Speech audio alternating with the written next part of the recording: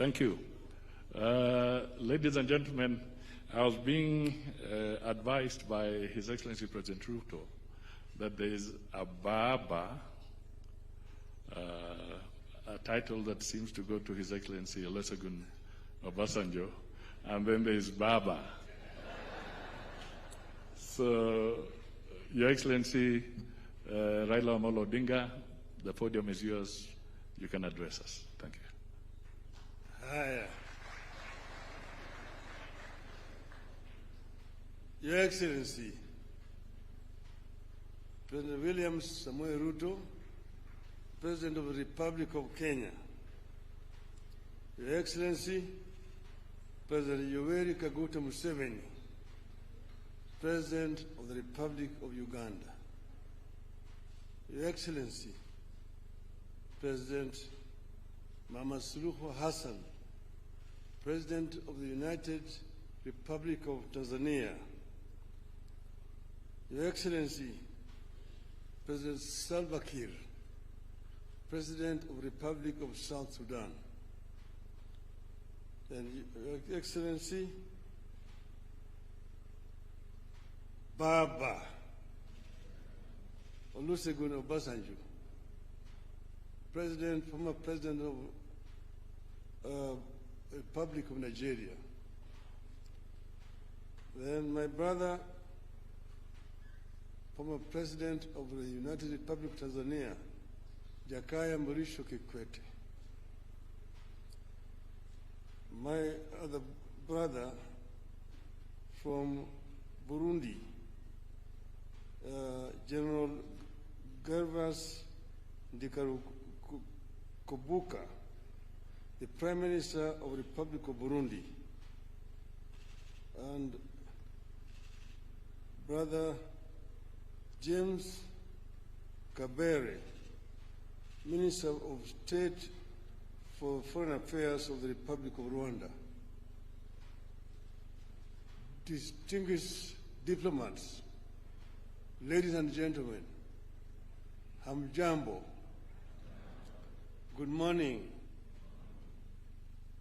I am so delighted to have opportunity to stand before you here this morning to see this distinguished audience here.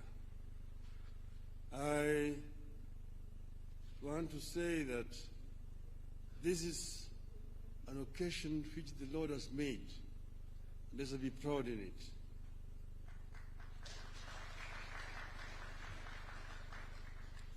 Today, I stand before you here as a candidate for the chairperson of the African Union Commission. I'm personally encouraged and humbled by the collective support for my country and the Eastern African region. The official unveiling of my candidacy as Kenya's nominee for the chairmanship of the African Union Commission is a major impetus and milestone in my bid. And I'm so happy that my brothers and sisters have taken time to come and be here physically and personally today.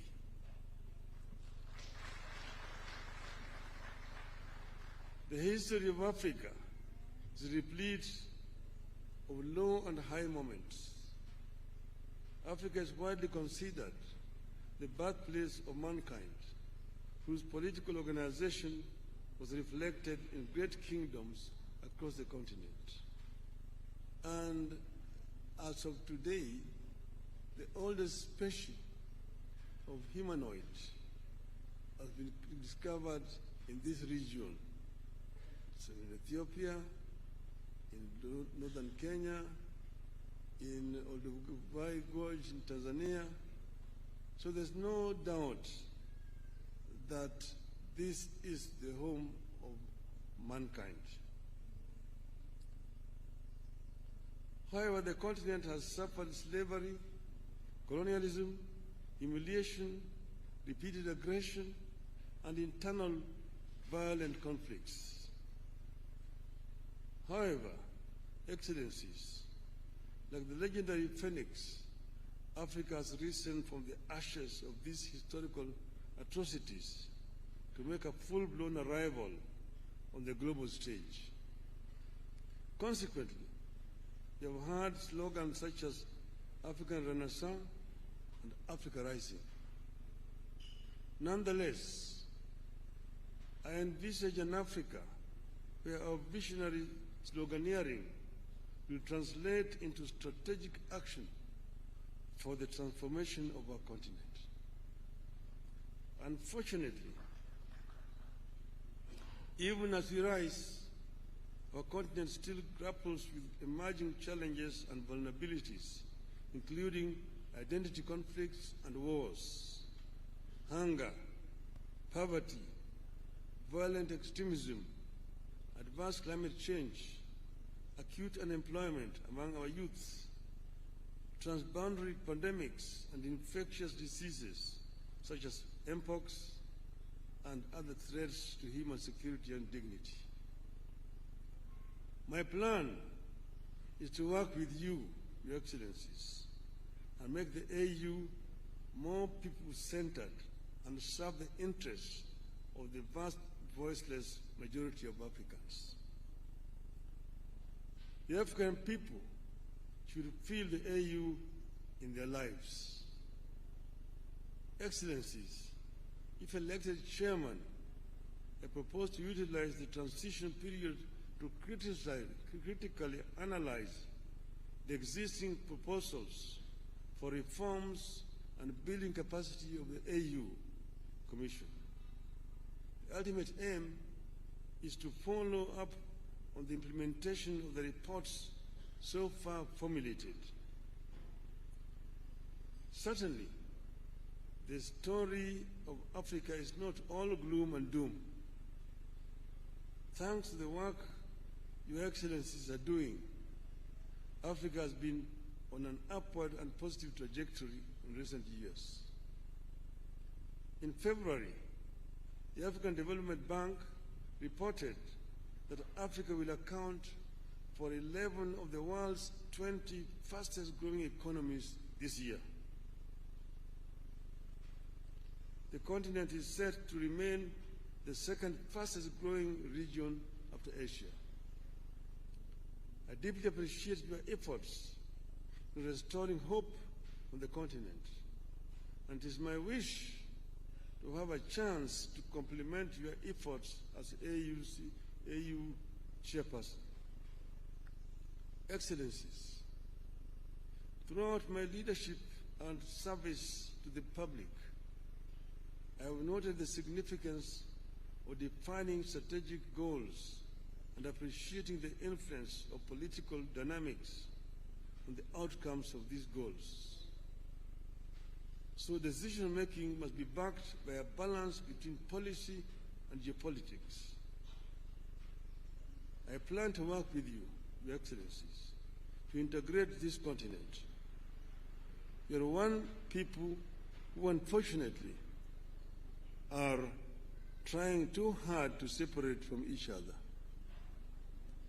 I have traveled the length and breadth of this beautiful continent, and I have seen the faces of Africa's future. I was involved in peace negotiations in Burundi with Marimu Nyerere. I was involved as the mediator of the AU with the conflict in Côte d'Ivoire. I was involved in Mozambique. So I understand the continent. And I see the faces of our children, full of hope and energy, and unbound by the borders of yesterday. I dream of an Africa where those borders and colonial languages no longer divide us. We don't want to see Africans to be divided as Anglophones, Francophones, Lusophones. I want them to be Africaphones.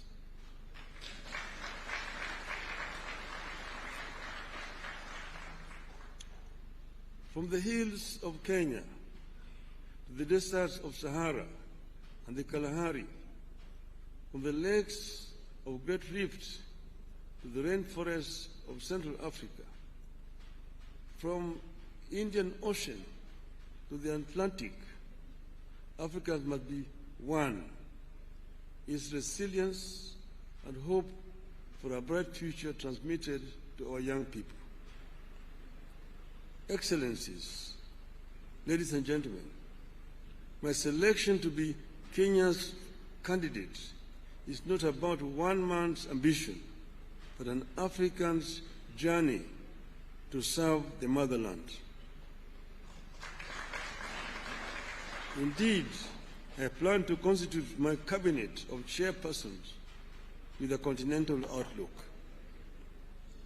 I'm grateful that friends and eminent persons across Africa have volunteered to engage in my campaigns from the West, North, South, Central, and of course, Eastern Africa.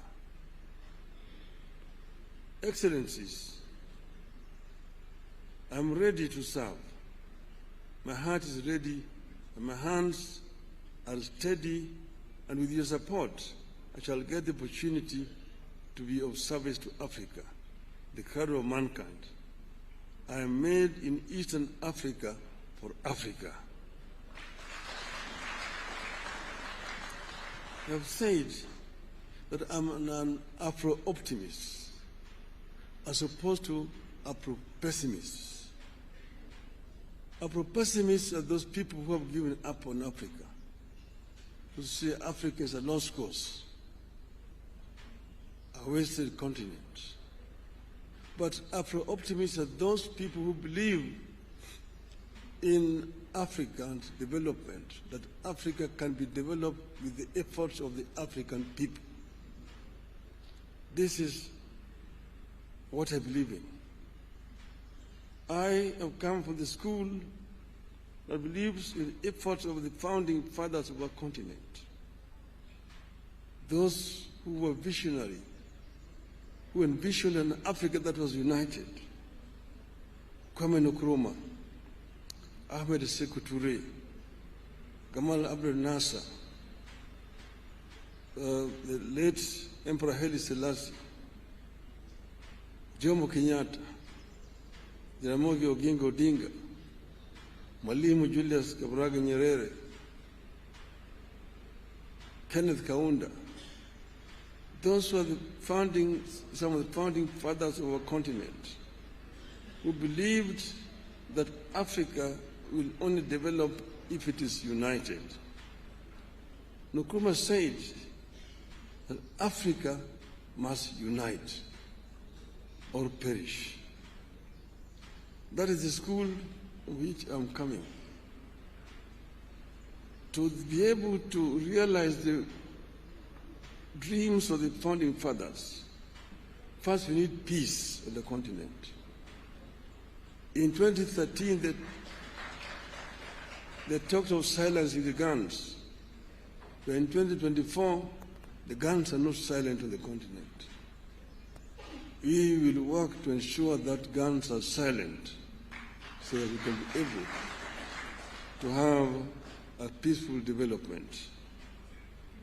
Secondly, Africa is a victim of climate change. Africa today suffers from twin disasters: droughts and floods on the continent. Yet Africa has emitted very little of the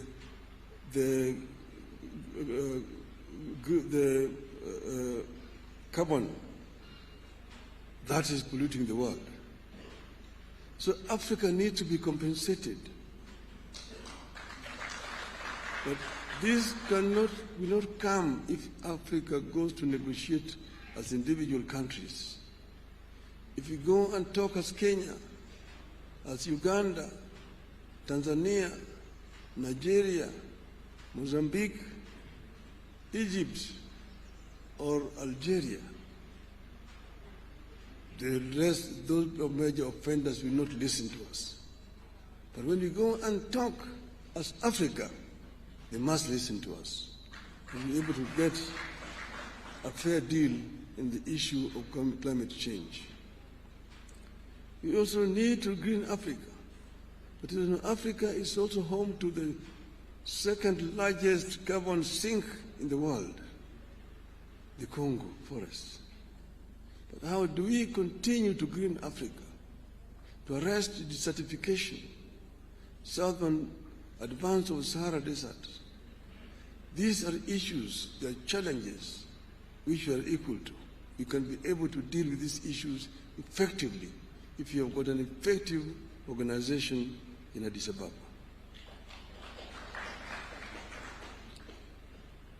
African youth today drown in the Mediterranean trying to get to greener pastures in Europe.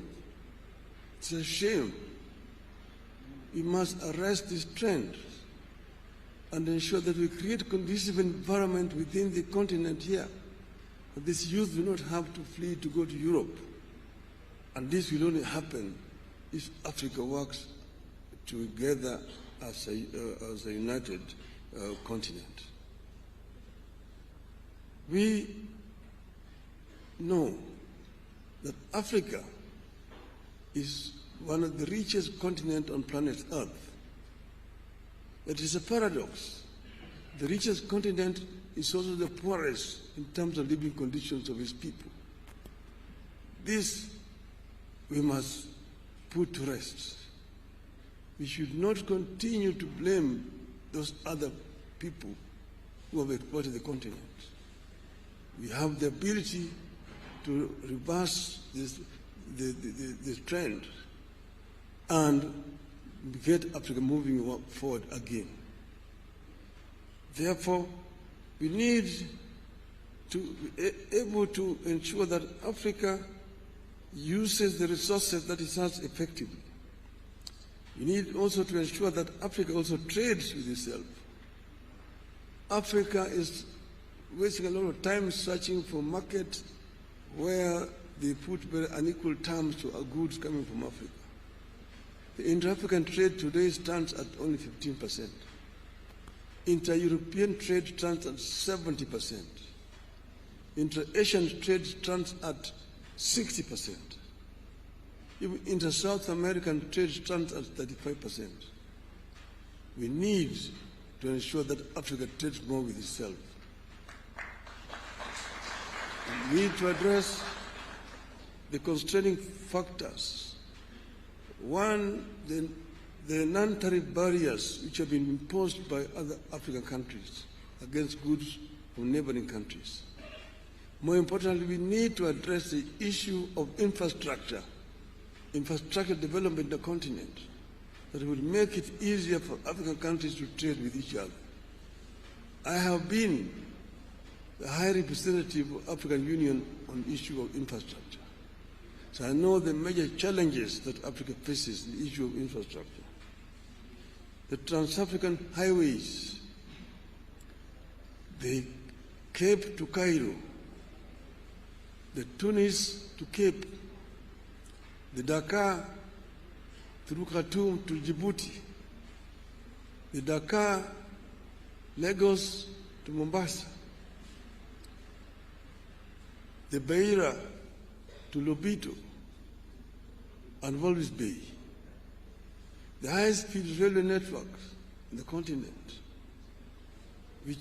those are issues that require to be dealt with. The Lapset, the Lamu Port, South Sudan, Ethiopia, that will continue through Bangui and go all the way to the Cameroon port of Kribi, creating a land bridge that links the Atlantic Ocean and Indian Ocean and opening up the interior landlocked countries within the continent. These are some of the issues that can be dealt with and will deal with. Then connecting Africa through high-speed fiber optic network. And then to facilitate faster communication. Then the issues of air transport. Air transport is a major challenge in the continent. We were talking about open skies. to make air transport easier. Today, traveling across the continent is too expensive. You have to get permits to fly over countries, delaying movements, and make it too expensive. Flying over Europe is much easier than flying over Africa. We need to have a continental air control system within the continent so that people can travel from east to west, north to south without a problem. The other one is the issues of visas. My friend Aliko Dangote says that for him to travel across the continent, he needs 35 visas. His French competitor does not need a visa to travel with a French passport in Africa. What a shame. In Europe, you only need a Schengen visa, and you can travel across the entire Europe without a problem. We will also ensure that we reach a stage where we can issue an AU visa and enable people to travel across the continent without much of a problem. I therefore want to conclude by saying that I am ready for Africa. And I believe in the story of the African lion. The lion is an African animal. It's a king of the jungle. The Cameroonian national soccer team is called the Indomitable Lions. The soccer team of Senegal is called the Lions of Teranga. The soccer team of Morocco is called the Atlas Lions. Here in Eastern Africa, we call it the Simba. The king of the jungle. When the king roars, the jungle listens. So our story of the African lion. The African lion is giving a message to the Asian tiger. Tiger is the Asian animal. And I want my Asian friends here not to take offense. The African lion is giving a message to the Asian tiger. That you Asian tiger, you've danced on the stage alone for far too long. It's your time to quit. The European bear retreated to the North Pole a long time ago and is freezing there in the ice. The American panther is also on the retreat. But I'm here as the African lion.